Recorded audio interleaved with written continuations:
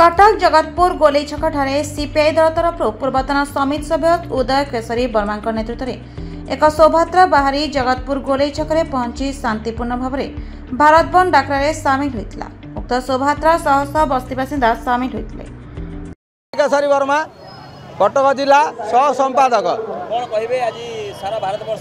आमर सारा भारत वर्ष बंद दरकार। मोदी सरकार क्षमतासीन है पर पुंजीवादी नीति तार जो पुंजीवादी नीति ता द्वारा देश तलीतुलंत होगा जाऊँगी एमाने अंबानी अदानी चामड़ा सारी आप देखिए सब घरईकरण चलती सबू प्राइवेटाइजेशन चली सबू चली प्राइवेटाइजेशन बर्तमान देश में सबू जगार तेणु ता छड़ा गरीब लोक जुलम बढ़ी दरदाम वृद्धि बढ़ी श्रमिक छटई बढ़ी बेकारी मार चलती तेणु यही आम आम आंदोलन कर। Bureau report Subhadra news.